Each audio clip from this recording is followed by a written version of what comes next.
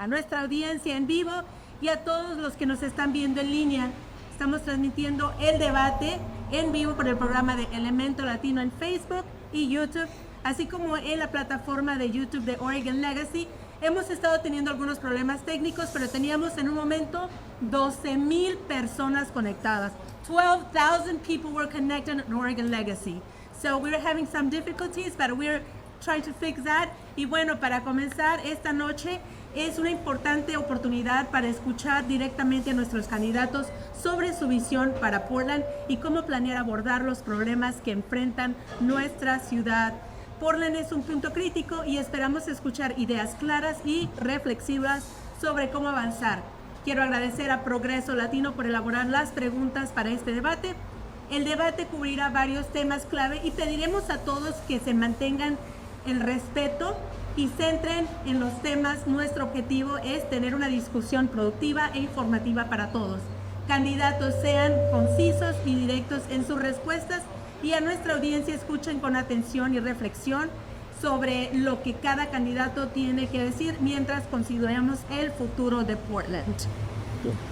Hello everybody, thank you. My name is George Carrillo with Oregon Legacy.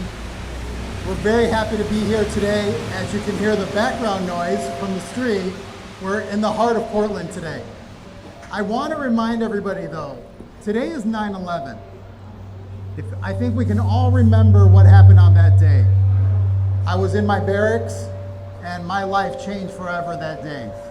I was serving in the military and then all of a sudden living in Hawaii, patrolling the streets of Hawaii in case of an invasion in Hawaii because of Pearl Harbor.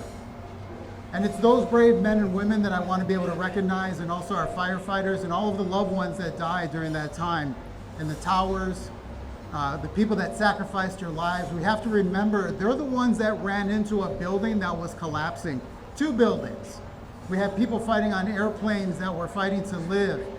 And we live in a world that the reason that this country is great is because of our first responders and also because of our United States military.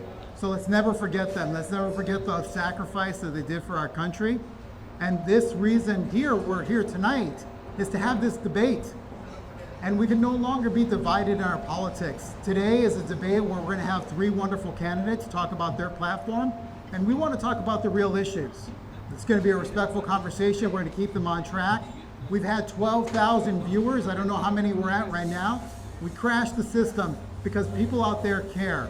And we're here today to represent not just the Latino community, but a community as a whole that wants to see Portland prosper again and be a vibrant city the way that we need it to be. So thank you, everybody. I pass it over to Veronica to ask the first question.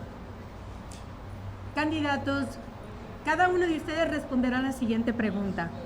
A partir del 2024, la población de votantes latinos en Oregon ha seguido creciendo, reflejando tendencias nacionales más amplias. ¿Cuánto del presupuesto y de los recursos de su campaña han destinado a llegar a las comunidades que no hablan inglés a través de comerciales, redes sociales, radio, anuncios, redes digitales o periódicos? Comisionada Rubio, empezamos con usted primero. Thank you. And first I want to say thank you and to Progreso Latino and Veronica and George for hosting us tonight. And it's wonderful to see so many folks in the audience. This is a really important question because our population is growing.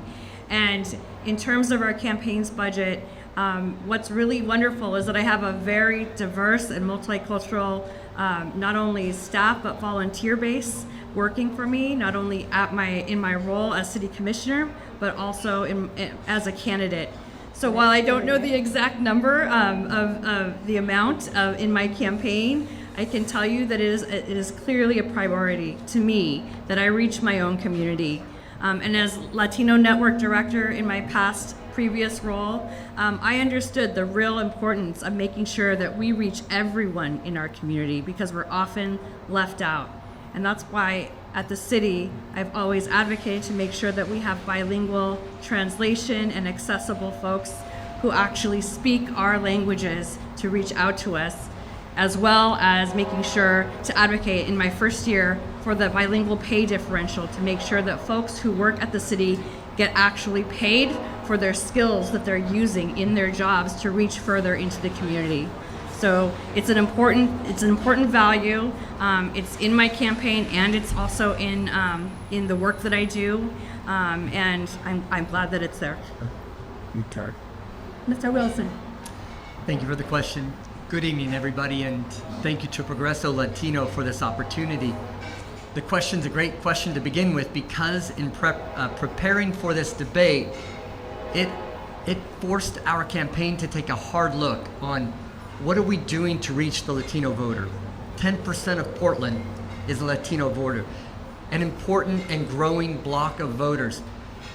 So we went into the mode of changing our website, and I'm happy to say, if you go on to if you go on to keithwilsonformayor.com, it is now offered in Spanish. But that's really what this conversation was about, is to bring your voices forward. When it comes to other things that we're going to do as far as budgeting the campaign, we know that the Latino vote is a growing, important vote, especially in East Portland. We're committed to providing dedicated funding for that communication. I can't tell you about an amount, but just this event today has forced us to take a good hard look at who we need to reach. But I want to take one quick second as well. I'm a part of a group called the Oregon Progressive Group. We have been funding voter outreach for years and working with Cocoon. We do motor voter outreach, or we do motor voter registration, and a lot of these individuals are doing non-affiliated voters. What we're doing with our groups is to reach out and really help them over to the more democratic causes, so we can reach more people in Portland, in our county, and in Oregon as well. We just want to wait a few seconds to let the train pass. I'll take an opportunity to say, we actually tried to close the road down, but the City of Portland government would not work with us with the fees that it cost.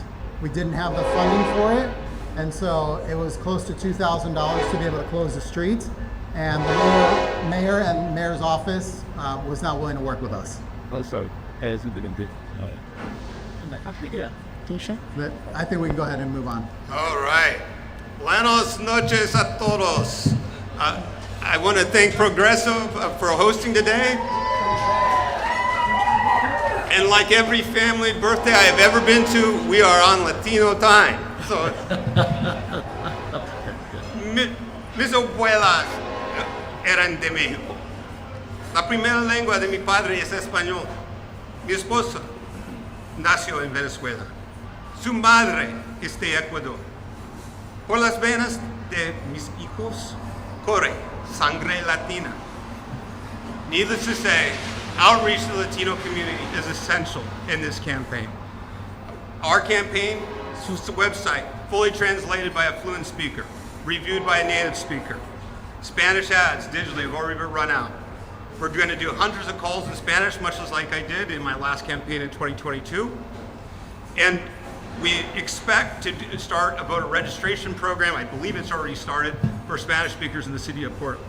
So engaging with the Latino community, the Spanish-speaking community, is essential in this campaign. It's essential for the city of Portland, and look forward to the dialogue. Thank you.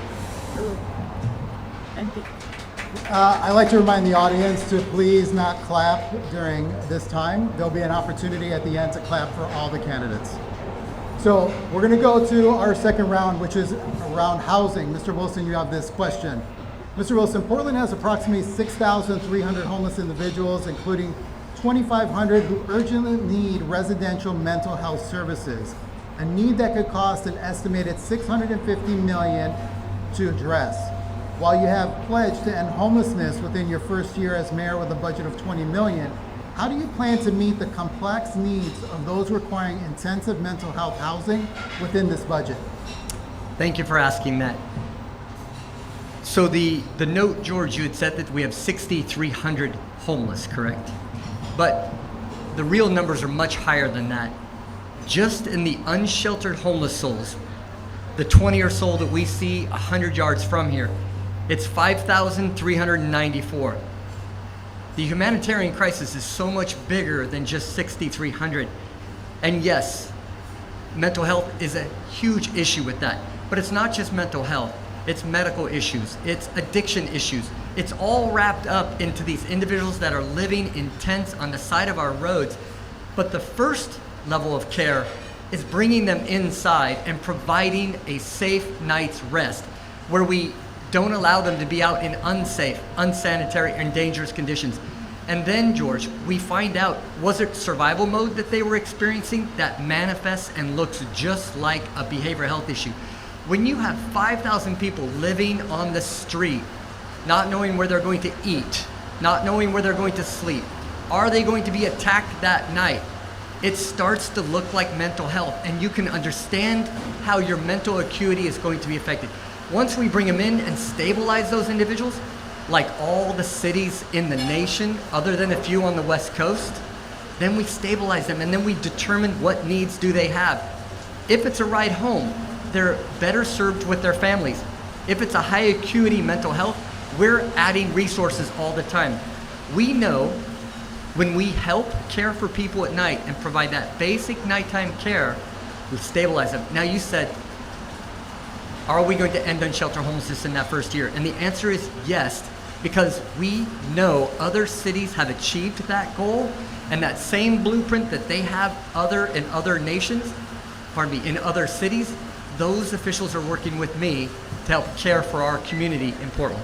Comisionado González, Portland sigue enfrentando una escasez significativa de viviendas residenciales asequibles, lo que ha llevado al aumento de los precios de las viviendas y ha dificultado que muchas familias puedan ser propietarios de un hogar. ¿Qué políticas específicas implementará para aumentar la disponibilidad de viviendas residenciales asequibles? So I apologize. We have something going on here. I'm going to read the question in English. Commissioner González, Portland continues to face a significant shortage of affordable residential housing, leading to increased home prices and making it difficult for many families to own a home.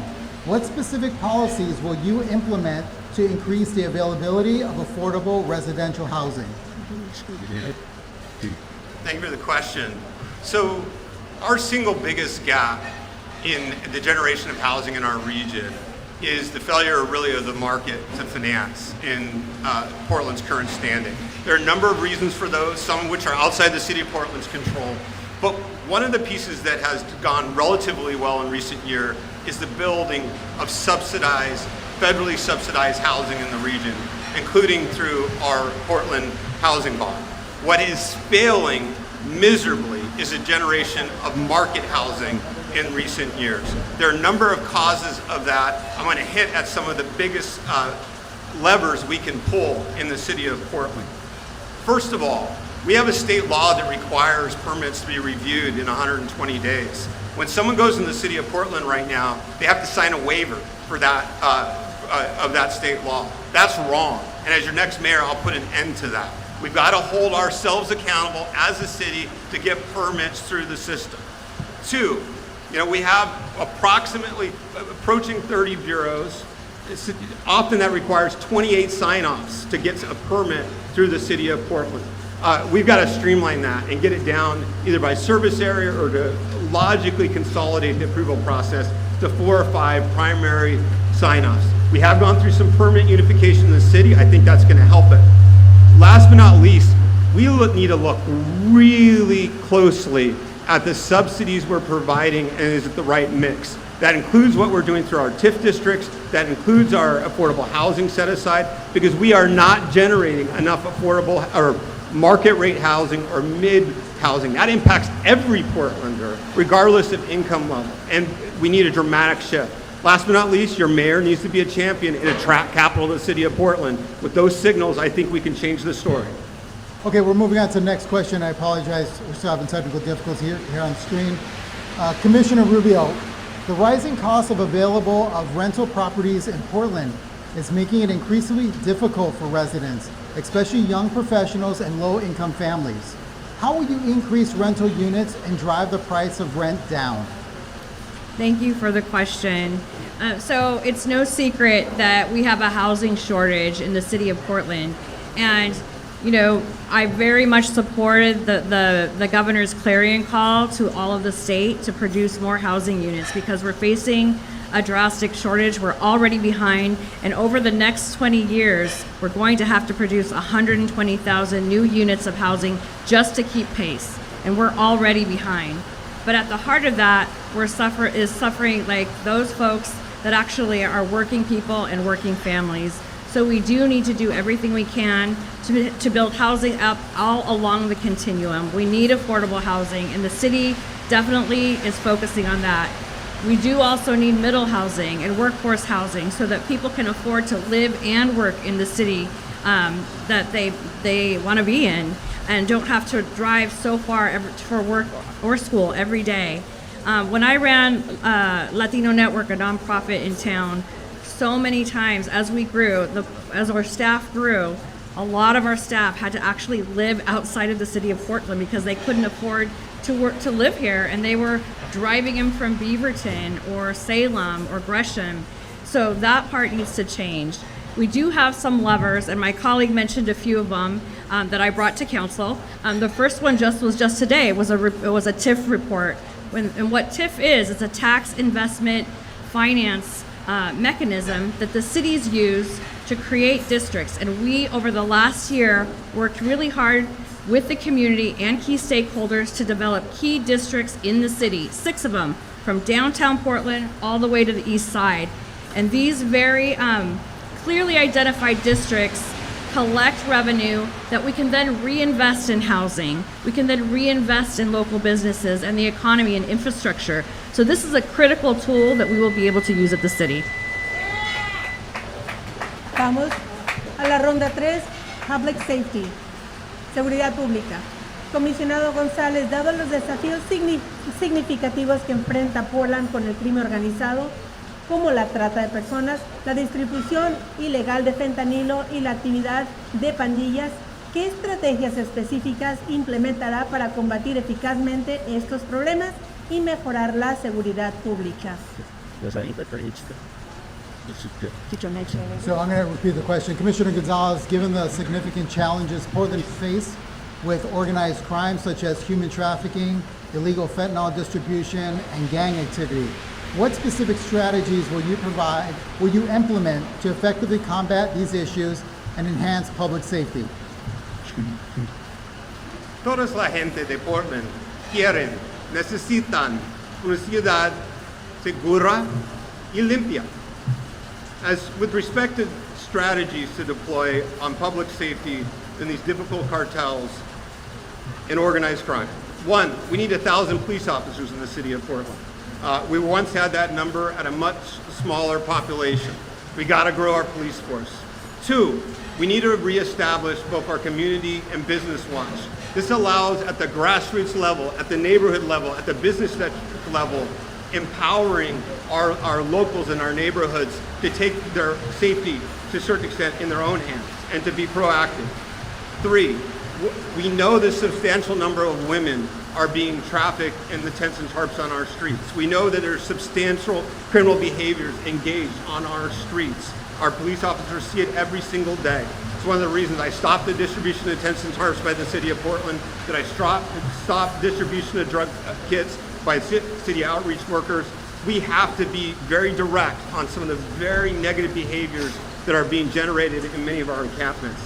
Last but not least, when we're talking about cartels and organized crime, whether on the drug side or on sex trafficking, we absolutely need strong partnerships with the federal government. This city of Portland cannot win the war on fentanyl by ourselves. We need strong federal partners that are addressing issues on our border, that are addressing the interstate transport of both women and drugs, and we've got to have the feds help on that. Thank you. Thank you. Commissioner Rubio, Portland currently has a 1.1 to 1,000 citizen ratio, and Portland Fire has a 1.1 to 1,000 ratio, which both are lower than the national average.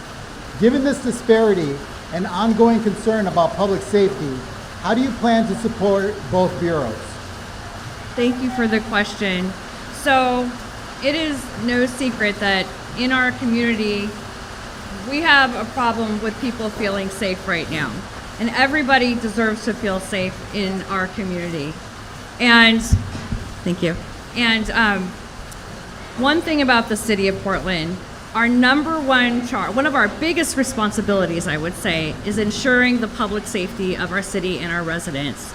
And that's why I'm very committed to doing everything I can to support our community and public safety system. And that means making sure that we have the capacity in our first responders, in police, in fire, in Portland Street Response, so that we have all the responders in the right roles. Right now, our city has grown, and over the last decade or more, we have not kept up with that capacity change. And so what I'm going to do as mayor when I'm there is to make sure that we have the capacity needed to match and right size our police force, right size our first responders, all of them, to the city needs of today. Right now, Chief Day is doing an assessment about what that right size is for Portland, and I trust Chief Day, and we've had numerous conversations about moving our police officers into a position to build more relationship to community, to have the capacity to be present in neighborhoods, walking the beat, meeting neighbors, and also having the supports in the offices, and also in all other first responder system, and making investments in our community-based organizations as partners with law enforcement and around city goals. And that's what I'm hoping to do as mayor, is to make sure that we make progress on those goals and that we get the right size force that we need to be safe. Señor Wilson, durante la pandemia, Portland vio un aumento significativo en las tasas de violencia doméstica y homicidios, y ambas se mantienen muy por encima de los niveles previos a la pandemia, a pesar de las mejoras recientes. ¿Qué estrategias específicas implementará para proteger a las víctimas, responsabilizar a los agresores y garantizar que nuestras comunidades vean la reducción significativa de estos graves delitos? So, Mr. Wilson, during the pandemic, Portland saw a significant rise in domestic violence and homicide rates, with both remaining well above pre-pandemic levels despite recent improvements. What specific strategies will you implement to protect victims, hold offenders accountable, and ensure that our community sees a meaningful reduction in these serious crimes? Thank you, George. Would you please repeat that one more time? Sure. During the pandemic, Portland saw a significant rise in domestic violence and homicide rates, with both remaining well above pre-pandemic levels despite recent improvements. What specific strategies will you implement to protect victims, hold offenders accountable, and ensure that our community sees a meaningful reduction in these serious crimes? Thank you. So one of the things that my opponents did was we disbanded our gun violence reduction team. And we did that without a plan. And when we did that, it actually harmed the community it was designed to help. Portland had the highest gun fatality rate of Black Portlanders in the nation. When we did that, we pulled that resource away from the neighborhoods. While it was well-intentioned, what we've done with the city council is we've acted too quickly, too rash, without having a plan in play. We have to define a problem, measure it, analyze, and then put the improvement and then sustain and control that. As your mayor, we can't run and risk the city because of a change that we want before us. We must be intentional in who we're planning on helping. May I rebut? Yes. I have Go ahead, you have 1 Oh, minute. sorry. Sorry about that. We have, as I mentioned 2 questions ago, 5,394 people living on the street. And if you talk to any officer on the street now, they'll tell you a few years ago, they would go up and they would approach a homeless soul in a tent. Now, they will not engage because those tents are being used as traffic locations, dealers with guns. We've created a armed society that's running a lawless part of our community versus the lawful. We've created 2 types of societies. We've normalized a humanitarian crisis, and we're experiencing that, and we're witnessing that every day when we walk out in our city. And we've seen the increase in violence and domestic violence on our streets because of that. Last year, we lost 300 people on our streets, are unsheltered. This year, we're going to lose 400 of them. If we provide basic nighttime care and bring back a city that's caring for one another, the dignity and the decency and the propriety of all of us working with one another, we'll bring that rate down. We'll reduce the guns that are on the street, and we will be a safer, protected community. Ms. Rubio, you have 1 minute to rebut. Thank Please, you. audience, I'm going to ask you again, please do not clap during the debate. Go ahead, Ms. Rubio. Thank you, and I apologize, Keith. No problem. So I just want to correct the record that I've heard this talking point several times that your opponents eliminated the gun violence reduction team. I just want to clarify that none of your opponents were on council when that happened. That happened in 2020. We were there in 21. And in fact, Commissioner Ryan and I led an effort to invest $4 million in gun violence prevention, which has now reduced gun violence by 27% in the city, and we're very damn proud of that. So, George, Yes, Ms. Let me Wilson, rebut. You can rebut. You have 30 seconds. despite that change, let's talk about what's happening on the street today. A decade ago, when we called for a priority 1 call, we could rely on an officer to show up in 6 minutes. Today, in your worst time of need, an accident, a person-on-person crime, an officer is showing up in 24 minutes. The overall question was about, what are we doing to address and reduce crime? We are not. It's getting steadily worse in our community. We have to act, and we have to act now. So I'm going to ask a follow-up question here to all the candidates. So what is the plan? Because I haven't heard anything very specific. I'm going to give Mr. Wilson 30 seconds to answer. Thank you. Next year, ladies and gentlemen, we're going to set up a network of nighttime emergency shelters. We're not going to have 5,000 people living on the street. We've already been working with regional leaders on how we're going to deliver the plan. We're going to set up 2,400 nighttime emergency shelters like we used to have in 2016. We had 1,700 souls on the street in 2016. Today, 5,300, and that's because we closed all of our nighttime emergency shelters. In Boston, they have 119 unsheltered. In Boise, they have 115. We can simply use those proven plans and implement those in Portland. Thank you, Mr. Wilson. Candidates, you will each answer the following question, starting with Commissioner Rubio. Portland has faced numerous challenges in recent years, from Occupy Portland to protests following the murder of George Floyd. Riots and protests have drawn national attention and affected the city's sense of security and community. How do you plan to address and manage future protests and riots in a way that maintains public safety while respecting the rights to peaceful assembly and free speech? Thank you for the question, and this is something we were just talking about this week at work. I've been working really closely with the mayor's team and also with conversations with the chief's office about what we can expect and what we can plan. We learned a lot of lessons in the last several years around how to do this better. So moving forward, I was very pleased to hear that the chief has made a lot of connections and had a lot of meetings with folks as key partners in advance of anything happening. So we have relationships in place. We have plans to work with community as peacekeepers in place. We have better ideas about leadership structure and how we're going to respond and how we're going to engage while absolutely preserving people's democratic rights to protest.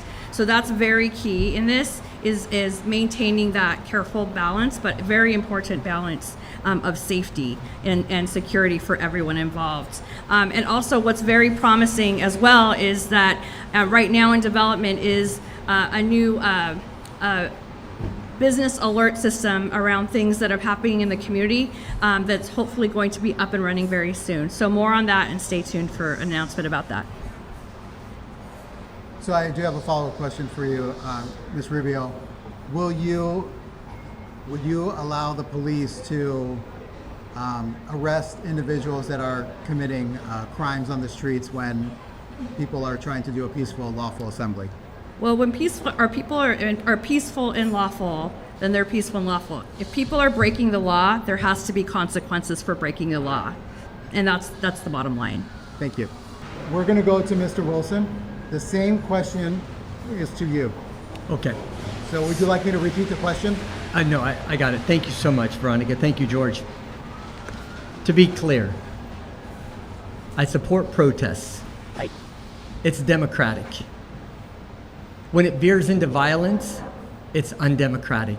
It takes away from the message of that protest. It's clearly a difference. Portland has been used as a coliseum and in some cases an octagon.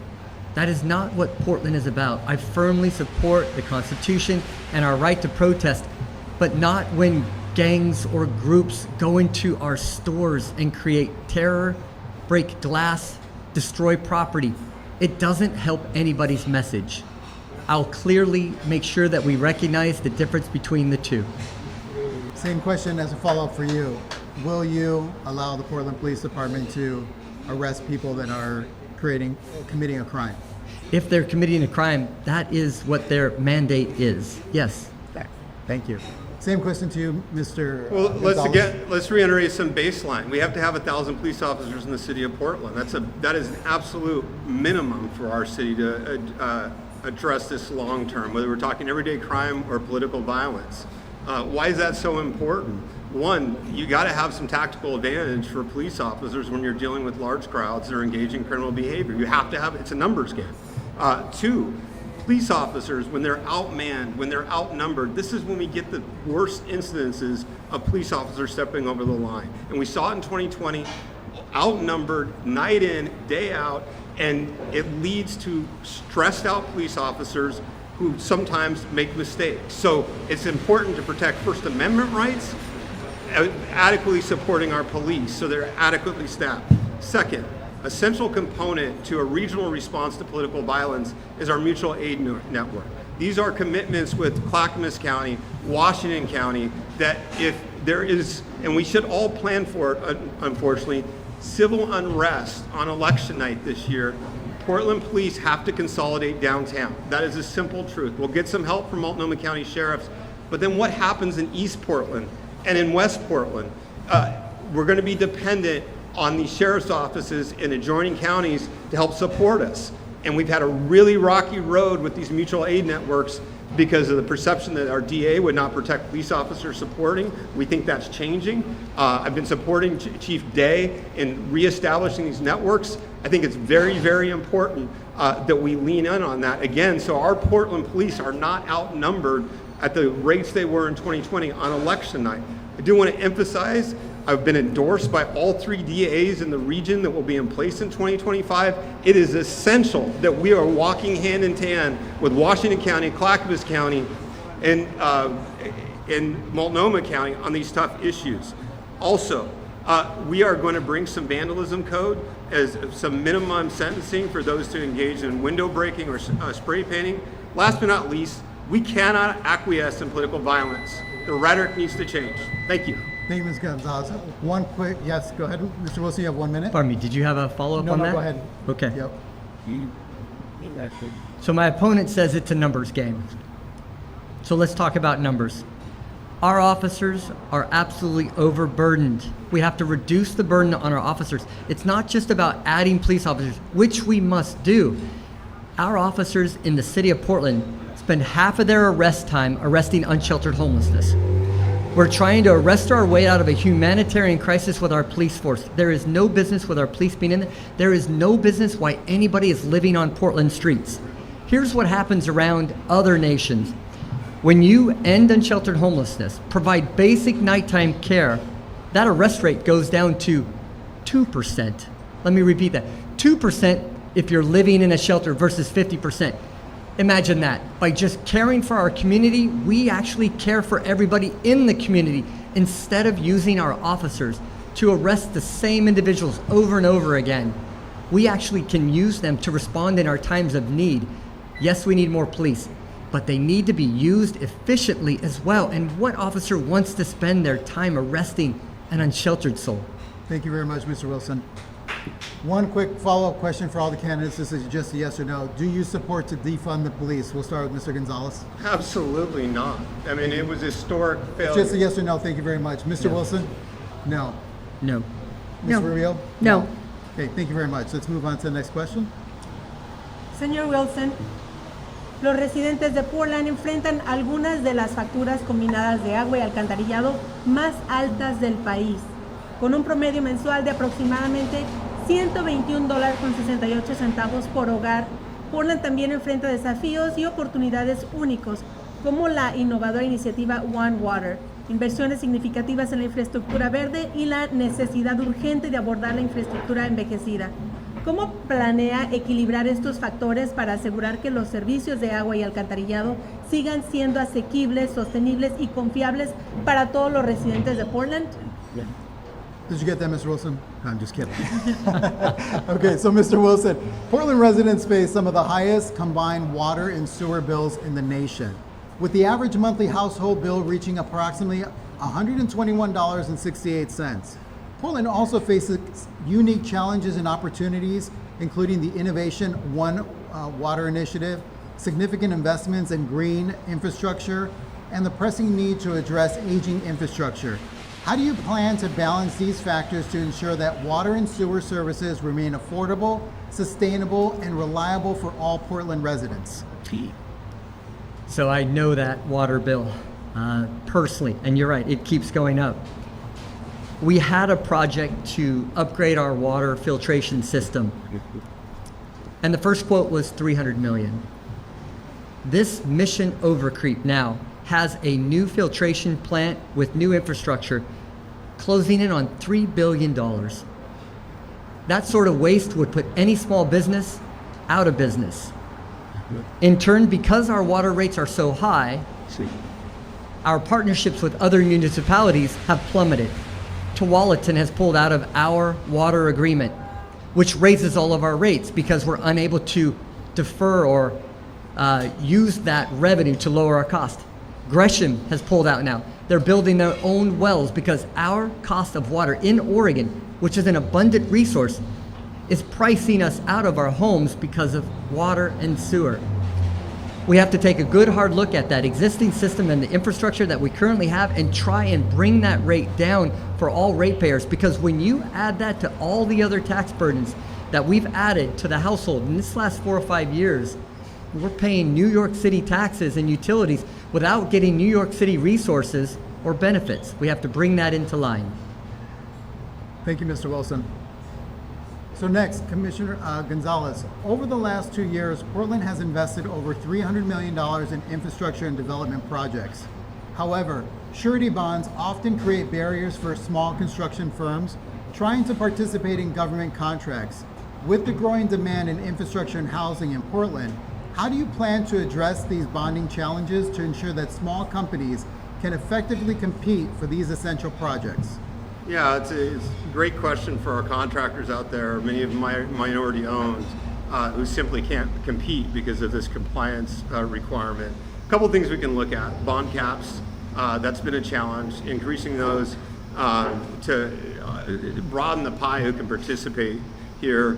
Second, the market is doing some partnerships between those who can't afford their own bonds and GCs that are larger. We are seeing some successes there, and I think we have to lean in on that pathway, making sure that those who do have access to those surety bonds are facilitating partnership for the smaller businesses.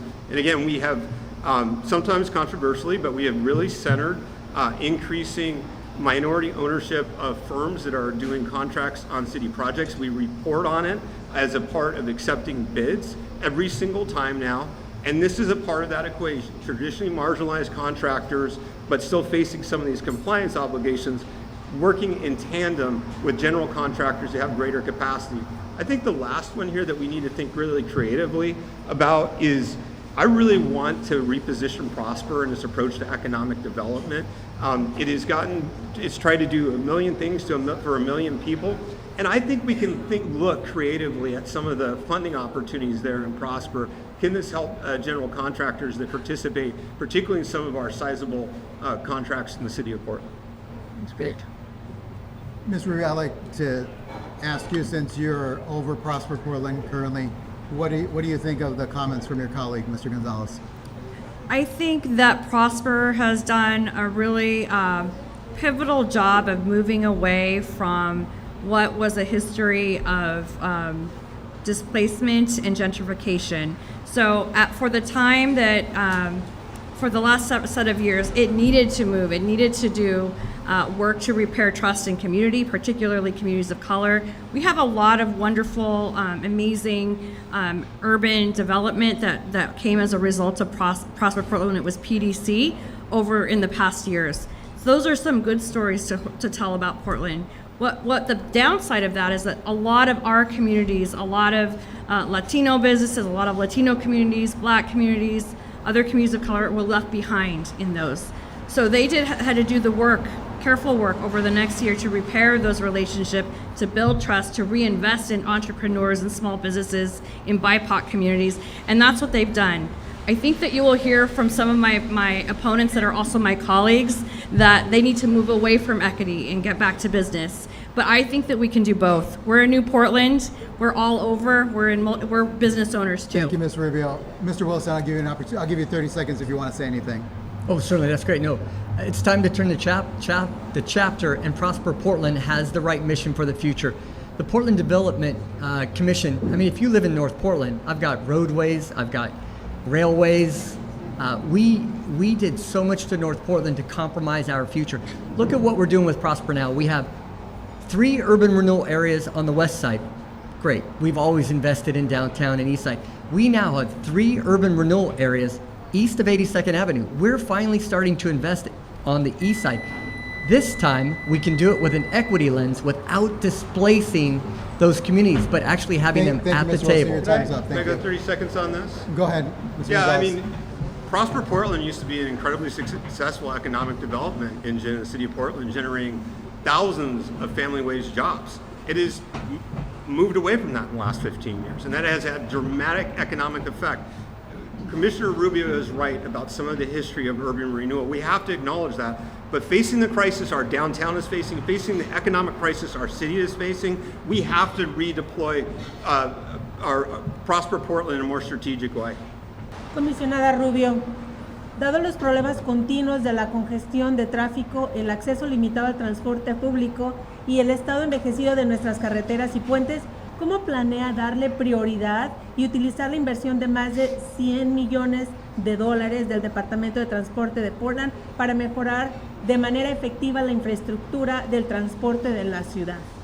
So, Commissioner Rubio, given the ongoing issue with traffic congestion, limited access to public transportation, and an aging state of our roads and bridges, how do you plan to prioritize and utilize the over $100 million invested by the Portland Bureau of Transportation to effectively improve the city's transportation infrastructure?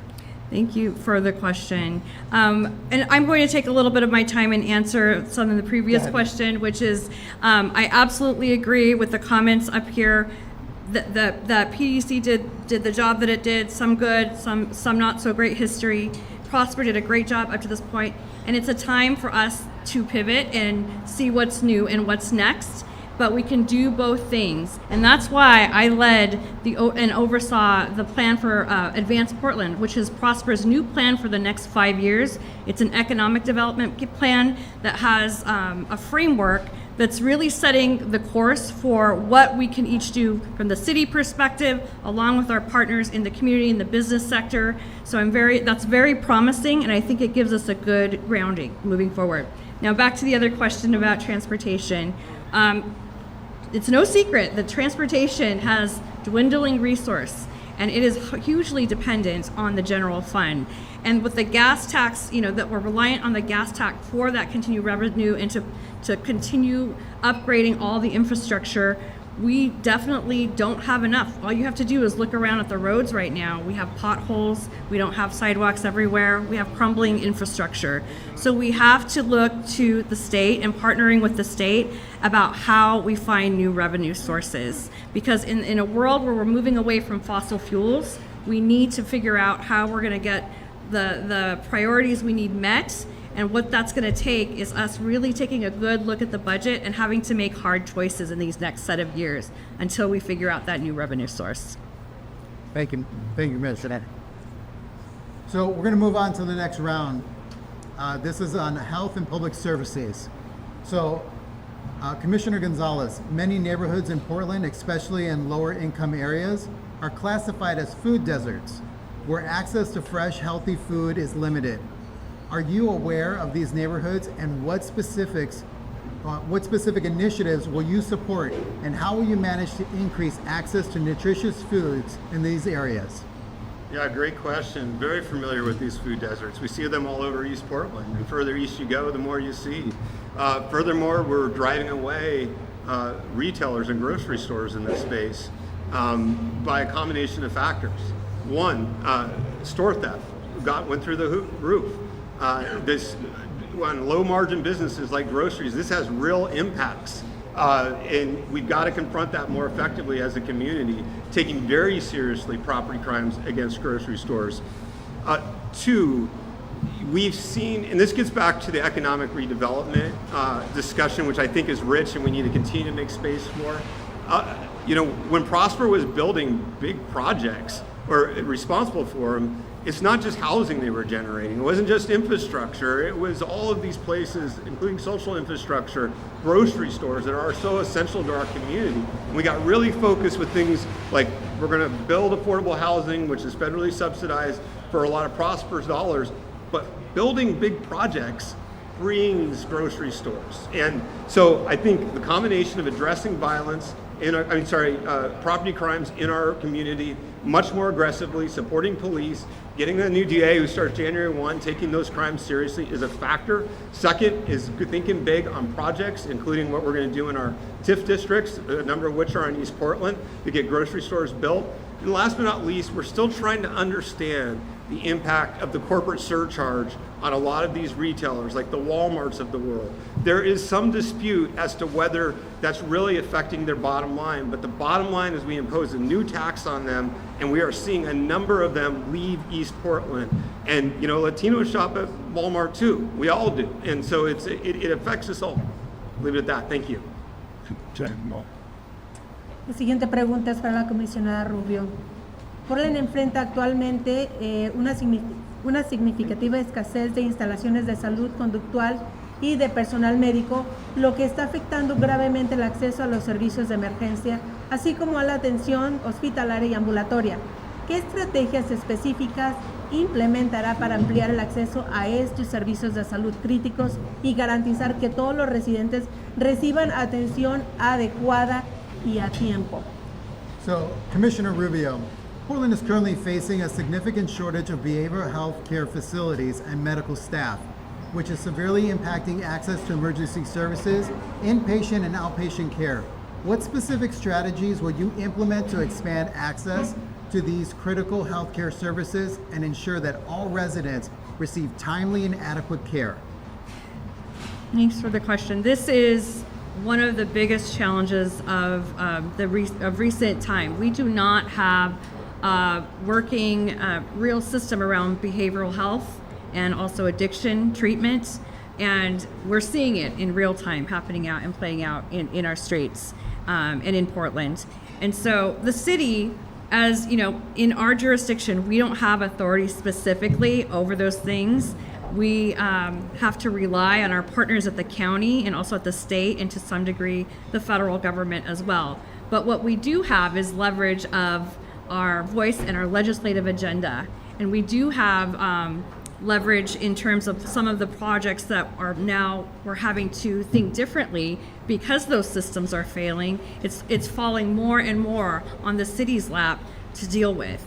And for example, with the drug crisis and also with fentanyl on the street and folks that are needing services, mental health services immediately, you've probably heard all of us talk about the need for a detox center and stabilization beds and all those things. But what's very challenging is that we are reliant on our partners. So we need to have the relationship enough to have the accountability conversations, but also the ability to go to Salem and advocate and push and be vocal and make sure that we build the coalition we need to make sure those resources get to Portland.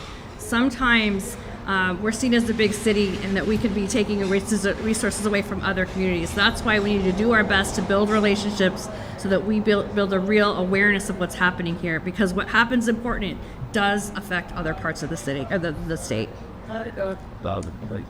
Mr. Wilson, how do you plan is different? You have a minute to respond. Thank you. The behavioral health crisis that we're seeing on our streets is a symptom of not caring for our community. Last year alone, our unsheltered homeless rate grew 800 people, despite our city council's best effort with adding shelter. As such, we're still growing it at a rate that we cannot keep up. We're putting so much pressure on our behavioral health system, we're not able to provide any care for those souls on the street. Our hospitals, if you go into the emergency room at midnight, it is where we are sheltering our unsheltered, and the behavioral health crisis are there to see. That is not how we care for our citizens. The good news is we added 9 sobering beds at Unity just a few weeks ago. Central City Concern is adding 70 dual diagnosis beds on Burnside next year. We have 80 city team recovery beds coming online next year, and 150 treatment beds that the county is expected to add in the next year. We're adding resources, but if we keep adding unsheltered souls to our street, living in behavioral health crisis, that are arriving, pardon me, did I go? Yeah. Forgive me. Yeah, to the next. Okay. Yeah. How long do I have on this? 1 minute. 1 minute. 1 minute, thank you. Okay, so first thing we got to talk about is input into the system, behavioral health and medical. In Portland Fire, we launched a program called Chat.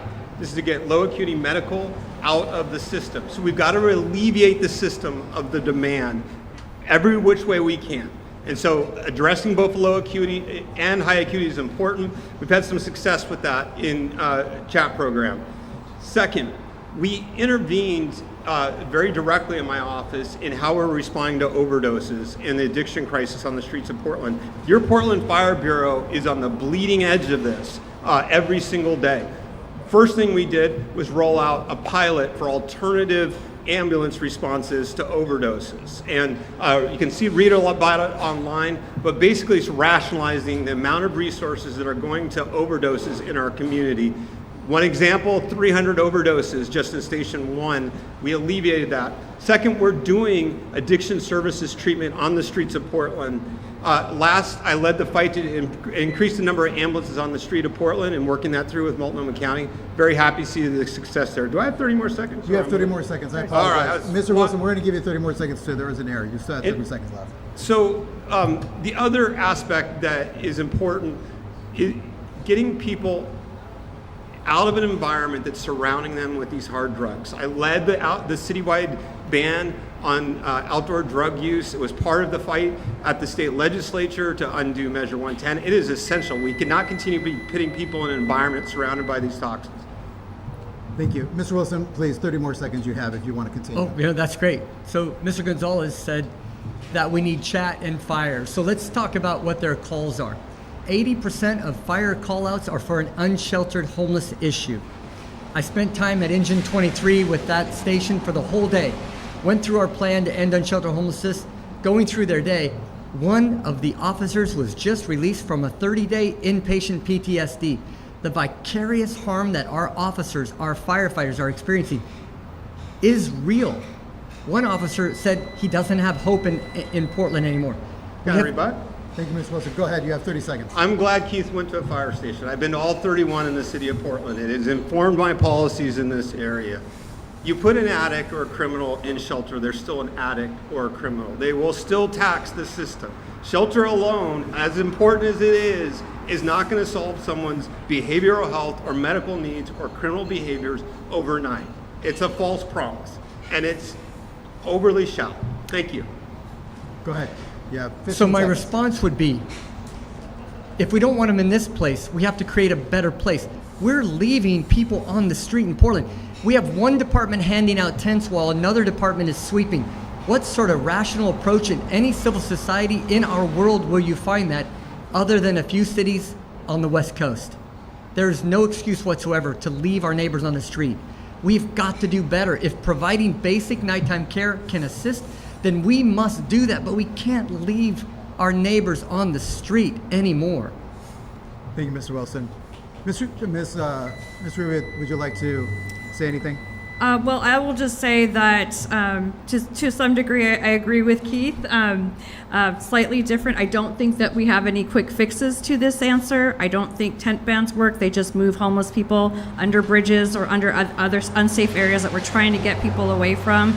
I also don't think that quick fixes or quick plans, like a one-year plan, is a realistic one. But what I do agree is that it's not compassionate and it's not progressive to leave people suffering on our streets, and we need to do something about it, and we need more shelters with on-site services. Thank you, Commissioner Rubio. Mr. Wilson, next question goes to you. Given the increased impact of climate change on our city, including rising temperatures, more frequent wildfires, and air quality issues, what specific policies and initiatives would you implement to mitigate these effects and ensure health and safety for Portland residents? Wonderful. So I won't tell you what I'm going to do. I'll show you what I've done. I own and operate Titan Freight Systems. We don't use a single gallon in our fleet in Portland, not a single gallon of fossil fuels. We've begun to convert our fleet over to electric trucks. We added 6 trucks last year in August, and today in Oregon, we're still the only carrier that operates a fleet of electric trucks. It's hard and it's hard work. It's technical, but that's the hard work I've done, and that's the hard work we're going to do for Portland. We are going to decarbonize our fleet in Portland. Our goals here in Portland is to reduce emissions 50% by the year 2030. I've done that with my company. I have the cleanest fleet in the nation, and as your mayor, we are going to have the cleanest city in the nation. Happy to add more specifics if you would like. I'll go on. It's fine. You still have Yeah. You still have 1 minute. So what are we going to do? We're going to convert and move out of petroleum diesel, and I'm happy to say that Commissioner Rubio led the change in our RFS program, and happy to help you with that. It was a great teamwork that we've done on that. Then we're going to electrify our fleet. We're going to use the PSEF to then convert our offices over to residential, because I've been hearing developers who want to tear them down. When we take an office building, tear it down and rebuild, we add 75% more emissions. We're going to upgrade our buildings to energy efficient operations, and we're not going to tear down, but we're going to repurpose assets in Portland. Thank you. Thank you, Mr. Wilson. Esta pregunta es para todos los candidatos. Cada uno de ustedes responderá. Y comenzamos con la comisionada Rubio. Con el aumento de los costos, empuja a las empresas a salir de Portland y los desafíos que enfrentan sectores clave como los dueños de restaurantes, el comercio minorista, la vida nocturna y las artes. ¿Qué estrategias específicas implementará para que Portland sea una asequible y atractiva para que las empresas se queden, y al mismo tiempo que revitaliza el centro de la ciudad, atrae a turistas y apoya el crecimiento de los negocios locales? So this question goes to all the candidates. Candidates, each of you will answer the following questions, starting with Commissioner Rubio.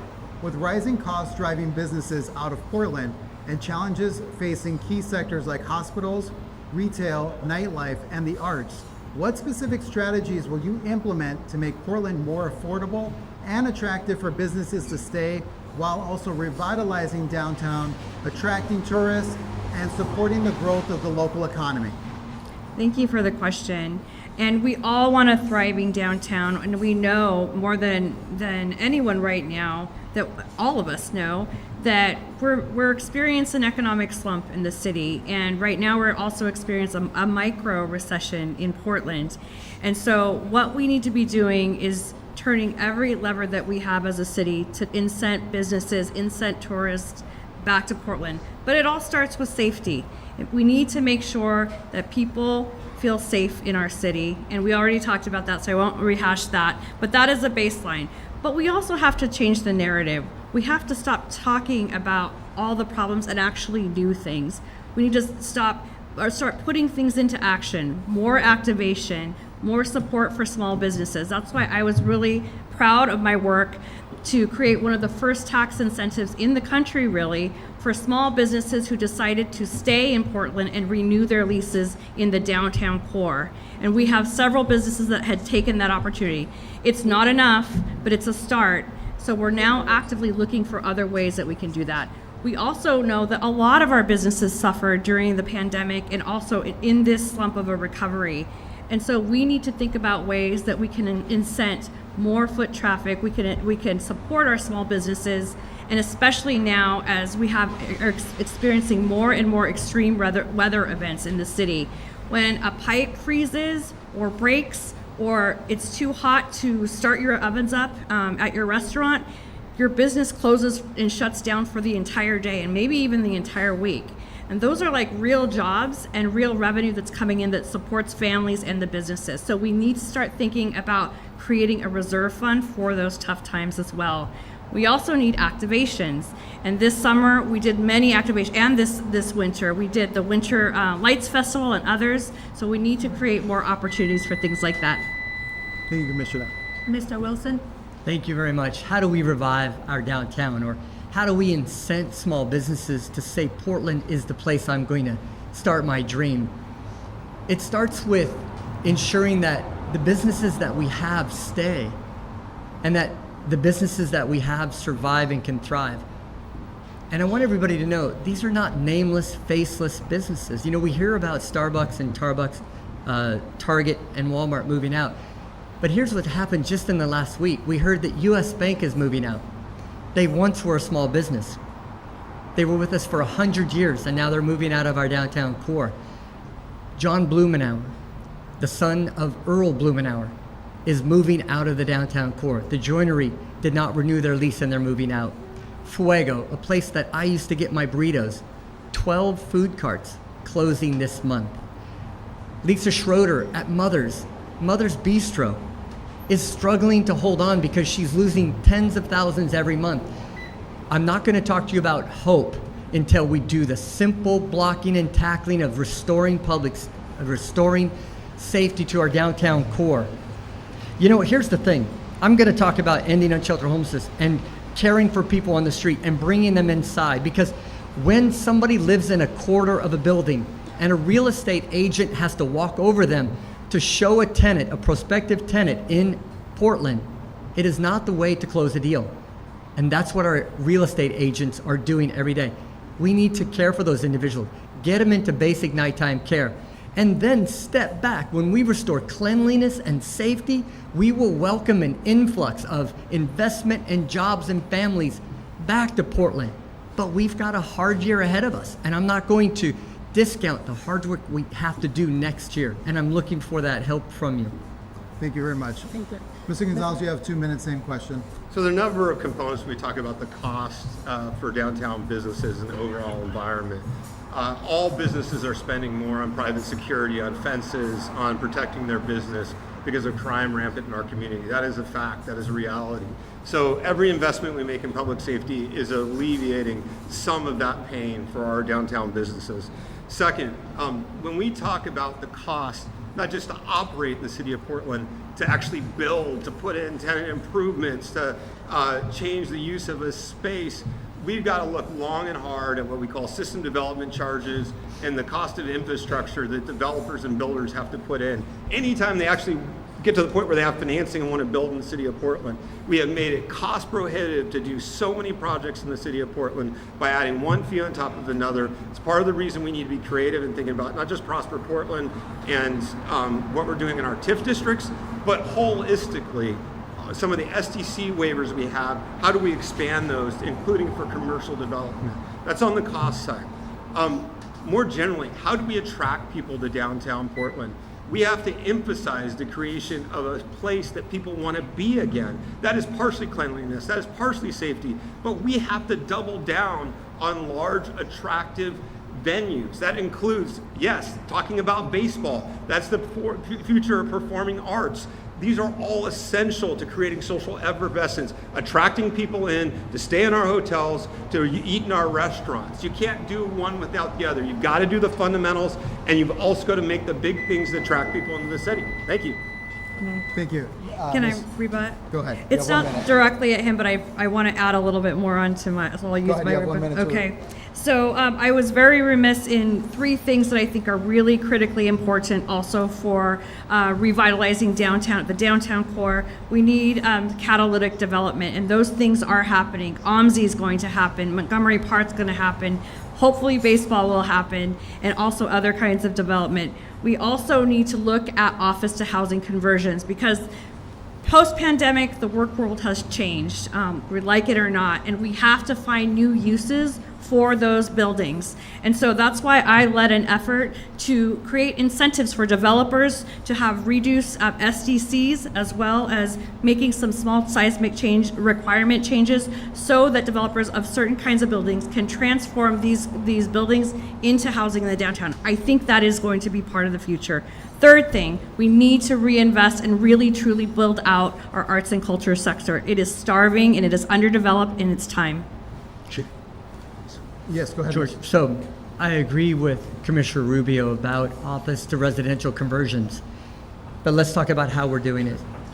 So we brought forward a $3 million system development charge credit for a conversion to upgrade the earthquake. We're requiring a building to gain earthquake retrofit, which we should, but what about a developer who has a building that doesn't need the earthquake retrofit? We're actually boxing out that building when the developer could use that $3 million to make that conversion. To give you a for instance, in Calgary, they don't care what you want to upgrade. They're going to provide you the credit, and they let developers develop. And in Calgary, in 2 years, they've added 1,200 new units of affordable housing. We've added none. Thank you, Mr. Wilson. Well, let me just Go ahead. correct something. I'll give you 30 In seconds. defense of Commissioner Rubio, we have created affordable housing. The problem is we're not creating sufficient mid and market housing. The problem is we're not having enough commercial development downtown. So it's just a factual correction. The region is creating what federally subsidized affordable housing, in part because of our Portland housing bond. It is not sufficient. It is not sufficient to kickstart downtown, but I just want the Commissioner Rubio and team have done some decent work on affordable housing, including Commissioner Wright. Thank you. I have 1 quick question. It's just a yes or no. Will you support Major League Baseball coming to Portland? We'll start with you, Commissioner Rubio. Yes. Mr. With the Wilson. right location, yes. We got to swing for the fences. Absolutely, yes. Thank you very much. So now we're going to round 7. This is for all the candidates. So candidates, each of you will answer the following questions, starting with Mr. Wilson. Under the new form of government, you will be more directly involved in the daily operations of executive departments. Union workers are a vital part of Portland's workforce. Why should they trust your leadership, and what specific improvements to union contracts would you advocate for to ensure their rights, benefits, and working conditions are protected and enhanced? Thank you for the question. The question is about form of government and how you're going to manage the city. The first hire as mayor, and the most critical hire, is going to be our city administrator. We need somebody with experience who's had hands-on experience running a successful city in this type of form of government. First and foremost is bring that experience in. I've got experience running a complex operation at a high level. I'm going to need some help in understanding how that new form of government is going to work. The question is about unions. The mayor announced a month ago and put out some budget guidance for next year and said that our budgets aren't going to meet the same level that they are right now. It's going to create some hard choices in the city of Portland. We've been using the American Rescue Plan money, and that's running out. We're going to have to run our city with the revenue that we currently have. And in my interviews with union and union staff, they're scared. We have a new form of government. They see the budgets falling. I'll tell you how I will run the city like I've run a successful business for decades. We are not going to do summary reduction in forces. We're going to look internally at waste reduction. We have $300 million right now that we're wasting on addressing unsheltered homelessness, 26 million in sweeps, millions in boulders or hardening water facilities, 35 million in police and firefighter overtime. And the list continues to go on and on because we're not addressing the humanitarian crisis that we could for a tenth of that level. Now, when that isn't enough, the first thing that we're going to do is we're going to address contractors, outside staff. Any sort of waste we can gain and or address, we will reduce. We're not going to turn and just say, if we have to reduce budgets 5%, we do it through the personnel. We need experienced staff at Portland to help us get through this crisis. We're not going to turn and just fire staff to right-size our budget. There's so much more we can do to reduce waste. Thank you, Mr. Wilson. Mr. Gonzalez, you have 2 minutes. Okay, two components here. Your next mayor has to set the vision for the city of Portland. I will wholeheartedly focus the city on service to its citizens, and not about national agendas, not about aligning with party politics across the country. It is about Portland residents providing them top-notch services to once again be the city that works. That is the vision for the city. We have to confront forcefully our public safety and cleanliness issues in the city of Portland. That can be as an unconditional commitment to confront those, to center families, to center entrepreneurs, to center seniors aging in place, and families of all lifestyles that just want to walk down the street. That starts at the top. That starts with your mayor. With respect to managing union contracts, which I think is part of this question, I'll note I've overseen the public safety bureaus in 18 months. They are all supporting me in this race. They've seen me firsthand that while I can set high expectations, that I can be ambitious for our city and the services they deliver, I'm also fair and I listen and I'll have their back when people come after them unfairly. Every public safety bureau's unions are endorsing me because they've seen what I've actually done leading those bureaus. Also important to call out that there are other components of workplace for city workers that are impactful on these bargain for agreements. In general, safety for workers, every single union I know, it's the one or two number biggest issue. You talk about wages and benefits and working conditions, but safety is always the top of the list. We lean in on that. Okay, Mr. Gonzalez, go ahead and please continue. It sounds like my son, cuando tiene hambre. When my son's hungry. When we talk about many of our unions, we have to talk about the journeyman and apprenticeship requirements and a lot of our contracts. That creates an environment that is supportive of those who invest in the future of our workforce. And so that has to be a reciprocal mutual benefit. Again, strongly supported by the trades in this race. Thank you. Commissioner Rubio, you also have 2 minutes to answer the question. Okay, thank you. So we're at a pivotal moment for the city, and it's a time of massive historic change for the city of government. And we really need a leader. We need to think really clearly. This is going to be one of the most important issues of our time. We need to pick a mayor who has the leadership experience, executive leadership experience, who has the political and policy experience to hit the ground running and not take time to learn it up because the trains keep moving. And also the relationship skills and the temperaments to work with a new city council, because they're going to be learning their jobs in a new structure while the mayor is setting the blueprint for future mayors. So the skills you need in this set of time is going to be different than any other subsequent time in the city. In terms of working with labor, we have to involve labor at every step of the way. There's very little trust right now between our labor partners and with city leadership.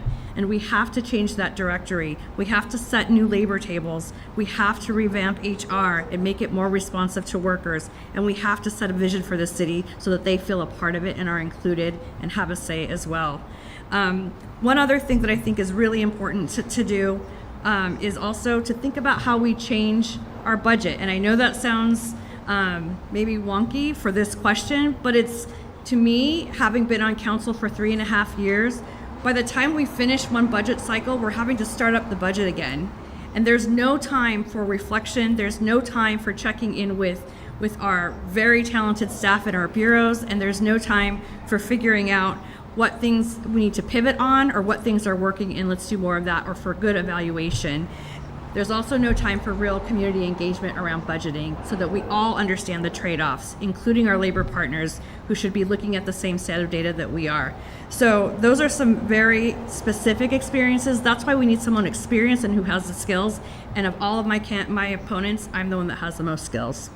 So I want to ask the candidates a follow-up question on this, and each of you will get 1 minute. We're going to start with Mr. Gonzalez. So the question is very specific on issues in supporting the unions. most times unions are dissatisfied, workers are dissatisfied because of executive management not adhering to the union contracts, not taking care of people. How specifically will you change the behavior of your executive management team to impact the lives of the union workers? Well, I think there's a couple of areas of pain point, but right now, but we also have to acknowledge that our public sector unions are incredibly diverse. And so while there's some commonalities across them, our first responders, those on the streets, they worked the entire time during the pandemic. They're dealing with real mental illness and some other anguish as a result of going to work every day. We are having different issues with some of our office worker and office unions that largely went home, and there's an ongoing tension about how they return to the office and at what rate. So while there are commonalities across those unions, there are actually different levers that we have to pull. I think with the latter one, the ones that we're trying to get to return to the office, we have to look at more creatively at incentivizing return to the work. I'll say this about the private sector. They are much more proactive in finding ways to pull workers back in. At the city, sometimes it's just a stick, and we've got to find ways to incentivize that return. I'll start with that. Thank you. Okay, thank you, Mr. Wilson. Okay. You have 1 minute. Okay, thank you. You know the adage, nothing about us without us, is an absolute imperative when dealing with our unions, with the challenges that we're going to be having with the budget next year.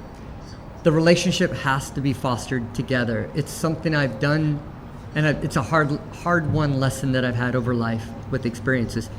I would try and make decisions and force them upon my company, and often what I would find is the pushback, or those decisions or those plans would not be effectively implemented. The more I started including all voices, yes, it takes longer. Even if I had people in far-flung cities, I learned to always ask them what direction we need to go. If we were in a recession, and I've dealt with many, the more I involved them, the better decisions we made, and the better the outcome of the community and or the business that we experienced. Specifically, they will be at the table with us. We will be in this together to get our city through these multiple crises that we're experiencing today. Thank you, Mr. Wilson. Commissioner Rubio? Same question? Would you like me to repeat the question? Yes, please. Yes. So the question is, as far as our unions and our executive management, usually there's mistreatment with executive management, with our union workers, there's not proper representation or protections. What will you do specifically to hold your executive management team accountable? Yeah. So I mentioned a little bit in my last answer that we need to see labor as our partner and not always that we're on opposite sides of the table. That's why I believe in setting tables with labor and convening together around common set of data. I will very much hold my leadership team to that. I think that's a value that I have and something that why I'm proud to be endorsed by several labor unions, including the Northwest Labor Council. And I have to credit them also a lot because in our regular meetings, I've learned a lot about the challenges that they face in other situations, both at the city and other places. So I know firsthand some of the challenges that they've really faced. One of the examples I'll talk about is with healthcare. That's something, rising costs of healthcare, and we're faced with a deficit now. I convened a table with labor and brokered some conversations with our management team in HR so that we could do a 1-year extension before drastically making hard decisions about changes to healthcare that would affect thousands of workers in the city of Portland. I took leadership on that and led that effort, and now we're at the table again, and hopefully it will have a good outcome. But we need more of that and sooner, hence the 2-year budget. Thank you. I have just a yes or no question.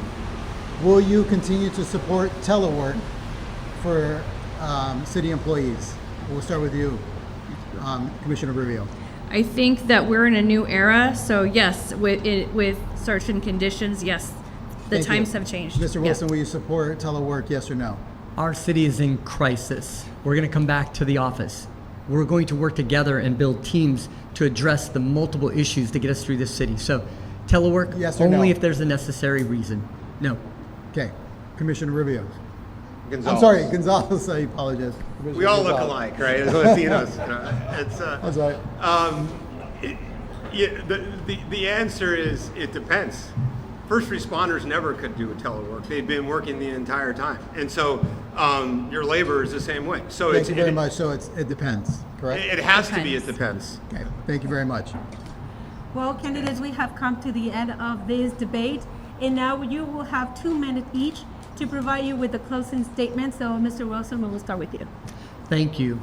Thank you, Commissioner Rubio. Thank you, Commissioner Gonzalez, for this discussion. And thank you to Progreso Latino for this debate. And thanks to the audience online and here as well for allowing me this opportunity. My opponents had years to build a coalition and deliver results and haven't. They've refused to follow the lead of cities who have solved the crucial issues we now face. They've wasted hundreds of millions of dollars. As a result, we've lost families, jobs, small businesses, and worst of all, lives. If you like the way the city is being run, I'm not your guy. But if you want real change, then vote for me. Vote for me if you want a mayor who isn't going to be a part of failed policies of the past. Vote for me if you want a mayor who has real experience ending unsheltered homelessness in Portland. Vote for me if you want a mayor with a plan to bring real change, to bring down crime, to build up our economy. As a citizen, I've centered the voices of others. I'm vice chair of Word is Bond, an organization where we mentor Portland's future leaders. I founded Shelter Portland, where we strive to end unsheltered homelessness in our city. As a business leader, I built the safest, most innovative, and environmentally progressive freight company in America. As a political change maker, I've led bipartisan coalitions for clean air and better transportation. My experience is vast and relevant and will meet Portland's moment of crisis. The Portland Renaissance that we all want is within our reach. Join me, and together we will repair, restore, and revitalize the city that we love. Thank you. Mr. Gonzalez. I just want to thank you all for joining us tonight, Progressive Oregon for hosting, and for those listening at home for participating in this important dialogue about the future of our city. 2 years ago, I was elected because I spoke very clearly about safety, livability, and wanting to center your local government on our voters, our taxpayers. Not to fight every fight under the sun, to center city government on the crisis on our streets and services to Portlanders. I have done that every day on city council. I have led the fight and been the standard bearer on public safety day in and day out. That means taking on hard topics. How do you balance compassion without enabling? There is no simple answer to that equation. There's no simple output that makes that clear in every case, but we have to do it. That meant saying no to tarp distribution. That meant no to drug kits. At the same time, fully supporting Commissioner Ryan and other members on council who are pushing safe rest villages and task sites, who are welcoming shelter with wraparound services. That has to be the way forward. Compassion without enablement. I have walked that walk every single day and been unbending. Your next mayor has to be your champion. That means as taxpayers, when you're overtaxed by Metro and the county, you've got to be your advocate at Metro and county. That means when the county is struggling in overly ideological approaches to homelessness, to the drug crisis, your mayor has to be the champion. Last but not least, we have gone through a brutal couple of years. This has been a dark era for the city of Portland, but there is light at the end of the tunnel. And we've got to lean in on redefining what a Western city looks like post-pandemic. I look forward to leading the city in those efforts. Thank you so much. Commissioner Rubio. Yeah. So I decided to run for mayor because I love this city, and it's given me so much, and it's given my family so much. And I got into this race with a real understanding of what's ahead of us, our challenges. And we have a lot of work to turn our city around. But here's the deal. We don't have to forget who we are in order to change things. Because when we come together, when we lean into our values, amazing things happen in Portland. That's what we do here in Portland. I delivered positive change leading at Latino Network, and now as your city commissioner, I'm doing the same thing. And that's what gives me hope and knowledge that our best days are still ahead of us. So how do we get there? Well, I can tell you what we don't need. We don't need any more drama. We don't need any more division or anything flashy. We just need real, accountable, and competent leaders. Leaders who know how to work together, how to build coalitions, and make tough choices to get things done. And you can tell what a leader will do by looking at what they've already accomplished. And I'm very proud of my record. I was pivotal in breaking the impasse between the police union and city leaders on body-worn cameras. I led numerous pieces of legislation aimed at housing recalibration and catalyzation. I also reformed the Portland Clean Energy Fund, which has led to millions in local investments in our local economy and also reducing carbon. And I also, after decades of dysfunction and after great groundwork laid by my colleagues, worked to reform our permitting system after decades of dysfunction, which is now under one authority and under one team. So as mayor, you can count on me to focus on lasting solutions. And by remembering to lean into our values, not just who we are, but thinking about who we want to be. That's why I have a vision for Portland to become better than its best, and I'd be honored for you to join me. Thank you. This concludes our debate, and I want to thank our supporters. Esto concluye nuestro debate y queremos agradecer a todos nuestros patrocinadores y apoyadores. ICG, Elemento Latino, and Progreso Latino. Okay. The thousands of viewers and our live audience, and finally our candidates. Queremos agradecer a ICG, Elemento Latino y Progreso Latino, también a los miles de espectadores que estuvieron viendo este live streaming o a nuestra audiencia y finalmente a nuestros candidatos. And we also want to say we know that we had some technical difficulties. This will also re-air again, so that way people can watch it without any interruptions. So now, let's give our candidates a big round of applause, and thank you so much for being here with us.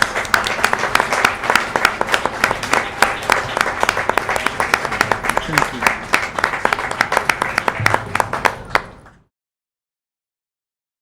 Una producción de ICG.